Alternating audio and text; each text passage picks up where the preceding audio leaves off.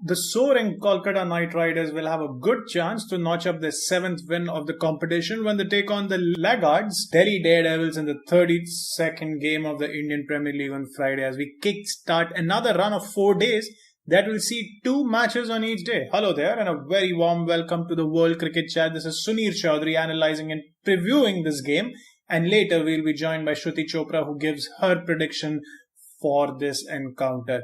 The Knight Riders were in strife after having lost to the Gujarat Lions and after having fallen away to 131 all out against the Royal Challengers Bangalore. But since then, they have bowled and batted extremely well to notch up successive wins and cement their spot at the top of the table.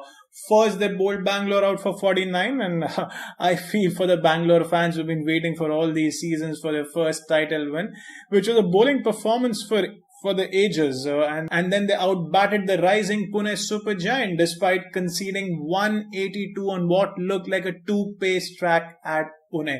Now they're back at the Eden Gardens where the ball has bounced around and hooped around for their quicks in the previous game, but that was under the evening lights. This match will be played at 4 p.m., which could make it a little more manageable to bat on, which is good news for the inexperienced Delhi batting. Kolkata had decided to give Nathan Coulter-Nile a break in the last game and brought in Darren Bravo to bolster their batting. The bowling leaked a few runs against Pune, but their batting was fortunate on two counts. The Pune fielding were afflicted by a malaise that has been a bother for all sides this IPL. A lot of catches were dropped, and then the dew set in during the chase as well, making it tougher for the Pune bowlers.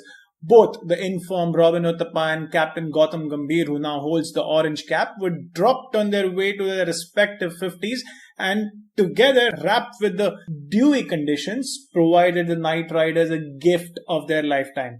Their opponents in this match, Delhi Daredevils, have been in strife and they are entering a very crucial phase of the tournament. With 4 points from 6 matches, what the Daredevils need is a string of results going their way as they play 5 matches in a span of 8 days. Yes, that's right, 5 matches in 8 days, 1 match every alternate day leading up to the 6th of May. If they can somehow snaffle up 3 wins in those 5 games, which is possible, and move up to 10 points from 11 matches, they would still have a chance to make the playoffs, but anything less than that would mean that the road ahead will get as rocky as it has been for them over the past few seasons.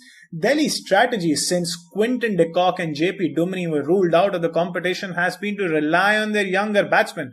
Noble strategy, but it has not worked. And they have tried to stack up their bowling lineup with overseas players. It's a tactic that hasn't worked because of a variety of reasons, but mostly because there has been nobody to give Sanju Samson any support with the bat. And even Samson hasn't been blowing opposition bowling away. He has had 1 century and other scores of 9, 42, 39, 19 and 13 respectively.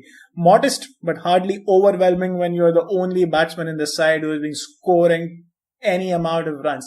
These batting woes were exemplified in their previous match at the Wankhede Stadium when they looked to have done enough by restricting the Mumbai Indians to a paltry 142, but then they fell away to 24 for 6, and that was to the pace of the opposition. Kagiso Rabada and Chris Morris led bit of a recovery, but then when you have lost 6 wickets in less than 7 overs, it was never going to be enough, and they went down by 14 runs to the champion side Mumbai Indians. Delhi now have called in Marlon Samuels as a replacement for Quinton de Kock, a move that they should have probably made quite early because de Kock was ruled out of the tournament well before the tournament started. But it will now be interesting to see if he comes in to the playing 11 almost immediately. Sometimes it does become difficult. He'll be coming from the Caribbean where there could be jet lag issues. There could be issues about getting used to the conditions. But there's a advantage that Samuel has, and he's been playing a lot of T20 cricket in recent times. He played for the Peshawar Zalmi in the Pakistan Super League. Then he featured in the Hong Kong T20 Blitz before taking on Pakistan for his West Indies in a 4-match T20 series and then was dropped from the ODI squad. If he does make it to the playing 11, one bowler, that is one of Rabada, Morris or Pat Cummins, might have to go out, and I have a sense that Morris, given that he's an all-rounder, will play, and it will boil down to one of the other two to take the fall. Cummins has been bowling well, but we'll have to see whether it's Cummins or Rabada who goes out.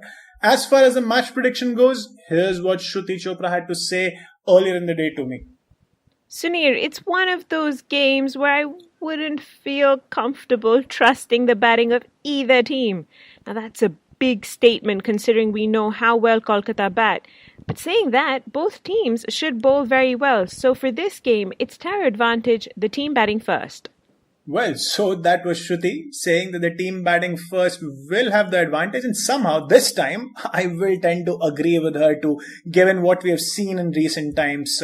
But that about wraps it up for this edition of the World Cricket Chat podcast. But be back very soon for the next one, and also subscribe to our channel. Please follow us on Twitter at World Cricket Chat, and we do have a website, so please do visit our website www.worldcricketchat.com. Goodbye for now.